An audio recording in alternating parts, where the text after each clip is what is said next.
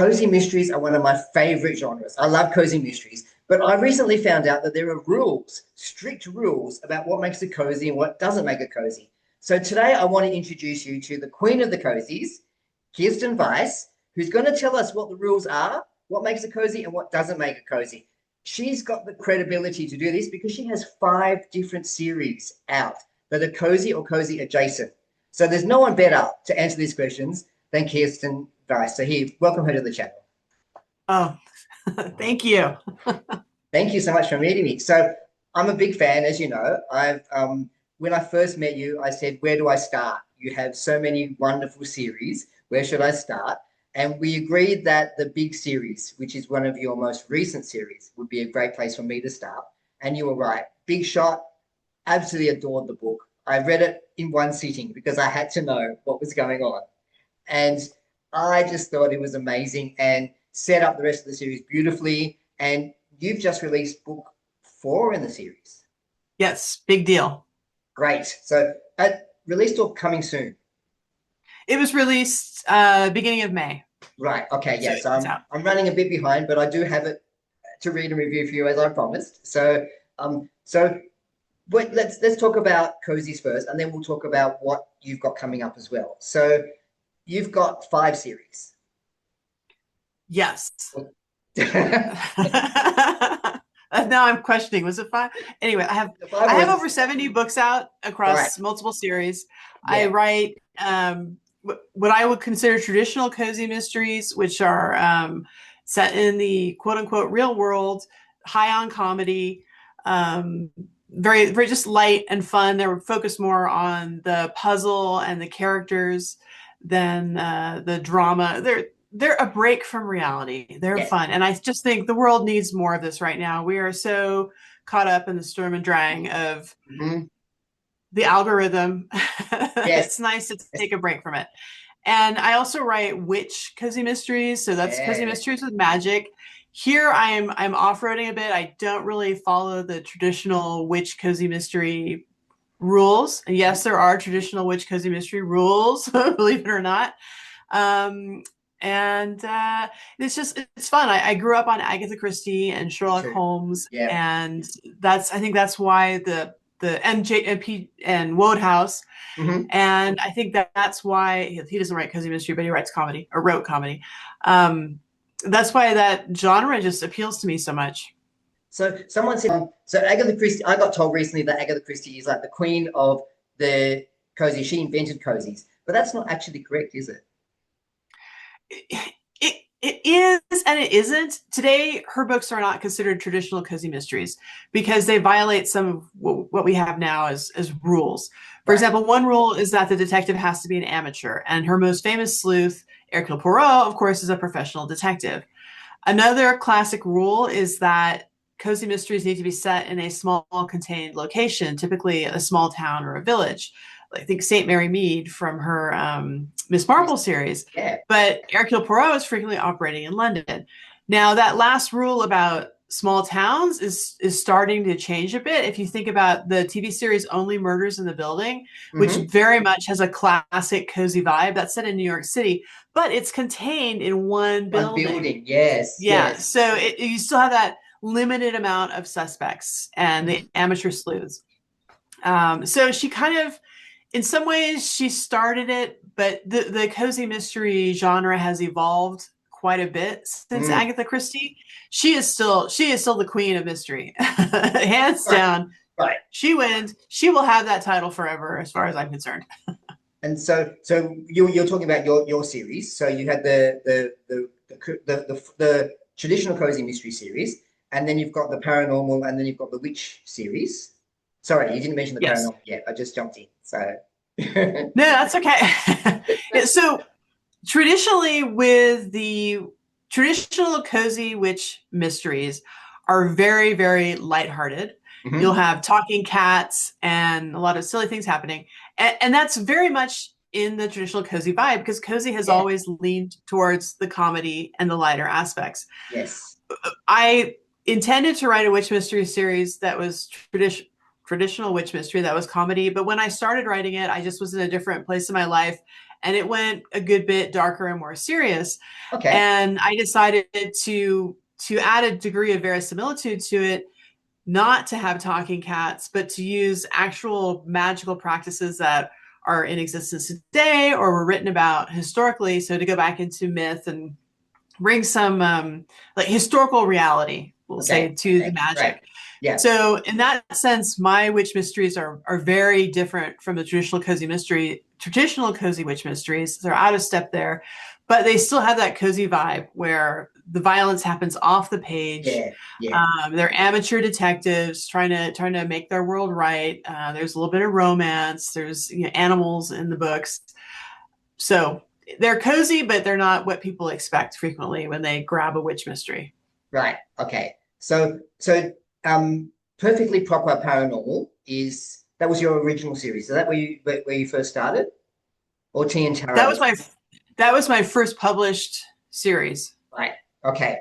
And that's traditional cozy, but with paranormal theme. Yeah, that one again, I kind of colored outside the lines with it because it's not clear. So the premise of the series is this woman, her overseas career ends. She ends up back in her small town looking for work. She doesn't really fit in. And she ends up taking over a small paranormal museum. She does not believe in the paranormal at all in book one. She's just looking for work and it's fun and creative. And she's like, okay, I can do this. So throughout the series, the gag is that she never believes in it. And it's left to the reader to decide if there's something supernatural happening or not. So it's not, it's set in a paranormal museum, and there's a lot of discussion of the paranormal and odd things are happening, but the reader needs to choose what's going on. Okay. And so I like the fact that you said the gag runs through the whole series, because I want to jump ahead to the big series and you and I talked about this when I first read the book, is that there's a running gag in book number 1. So the book opens with the protagonist. She's a bodyguard. No, not a bodyguard. She's actually a personal protection specialist. Right. Yes. She hates being called a bodyguard, but she's protecting someone who's a bit of a dodgy person, and he takes off in her car. She follows him. He crashes into a tomato truck and dies. And throughout the entire series, everyone's like, oh, you're the one that killed him. You're the one that ran him off the road. It's your fault he's dead. And the entire time she gets like, oh, it wasn't me. It was a tomato truck. So does that running gag run through the rest of the series or something similar? It affects the rest of the series. Nobody believes this guy just had an accident. They think something shady happened to him and the bodyguard was involved in it, even though she wasn't. Yeah. And as far as she knows, he rammed his car into a tomato truck. Yes. So it's just her boiling frustration and how it ruins her life, that everybody believes a conspiracy theory and nobody believes her, even though she was there.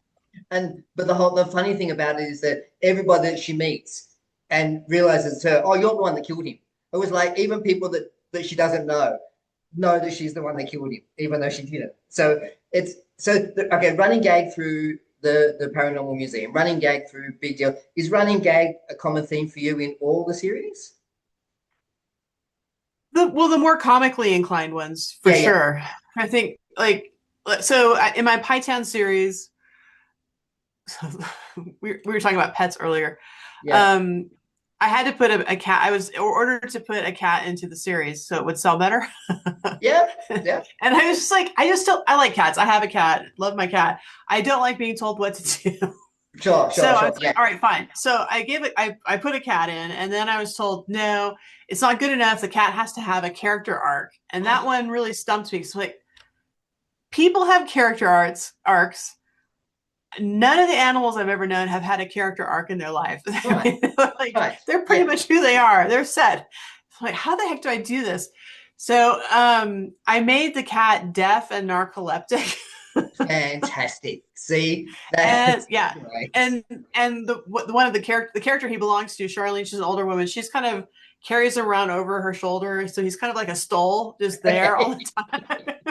But he does have a secret life, because occasionally the main character, Val, sees this white cat running around, and she starts to suspect that Frederick has this secret life that Charlene, his owner, doesn't know anything about. So, silly stuff like that. It's just fun to throw it in. And I'm always looking for little gags and laughs. Yeah. That's part of the fun of a cozy mystery. And so back to speaking about the animals. So animals as companion animals who help solve the crime in their own little way. It's not a hard and fast deal like the must be a small town, must be amateur sleuth, can't have on-page violence. So it's not one of those strict rules, but it's kind of like an unwritten rule that there should be a companion animal kind of character. Yeah, well, so these so-called cozy rules, where do the rules come from? They were really developed by publishers. I swear they've got a list where the character should be a female character. She should own a cozy small business like a bakery or a knitting shop or something fun. Then that way, if she has a bakery, you can put recipes in the back of the book. People love that. Cats, people love cats. Dogs. There's a big divide between cats and dogs. I have an author friend of mine once got her book rejected by a publisher because she was writing a book about dogs and the publisher was a cat person or the editor was a cat person. I saw it was so silly. She got picked up by somebody else, so it was all fine. But anyways, small town, like I said, that's starting to change. It's still mostly women. I think I'm not sure why. And let's see, small town violence off the page that has to happen because ultimately, when you're selling a book, it's what you're selling is the emotion the reader feels when they buy the book. Yeah, which is for cozy mystery. It's cozy. The reader's not going to be distressed. Yes. It may be a page turner, but they're not going to be tense. They're not going to be feeling stressed about it. Like I have books that you want to stay up all night to read, but not because you're stressed out, basically. No, because you enjoy them like Big Shot. Yeah. Yeah, you just want to find out what happens next. What other rules? So the pet rule, it turns out that cats do sell books. That's why you frequently see cats on the covers, or the pet will, if there's a pet, they will almost always be on the cover of the book because they help sell the book. Yeah. And publishers tend to like the animals to be more involved, but again, because it's not a hard and fast rule, I do tend to have pets. My pets are more comic relief typically than a big part of solving the crime. I have enough characters involved in the crime solving, especially when you're writing a series, your cast just keeps growing and growing and growing, and it gets hard to control. So adding a pet as a detective in the mix just gets way too confusing, in my opinion. But so in back to Big Shot again, because it's my favorite of yours so far. In Big Shot, so Alice has got a dog. She reluctantly has to take care of this dog that throughout the entire book she tries to get rid of. She tries to palm off to everybody else. But we all know as the reader that's never going to happen because they form an attachment very early on. And so, but he doesn't officially solve crimes. He's almost her bodyguard in many ways, which is ironic, as she's a bodyguard. Yeah. Everybody needs a little bit of help. Yeah. So his comedy relief. I'm kind of with you on this about the animals. I like them to be the companion animals, but I don't want them front and center solving the crime. I believe that's what the protagonist, the amateur sleuth, should be doing. With the assistance of the animal, but the animal shouldn't be the one that's the smartest one in the room, basically. Yeah.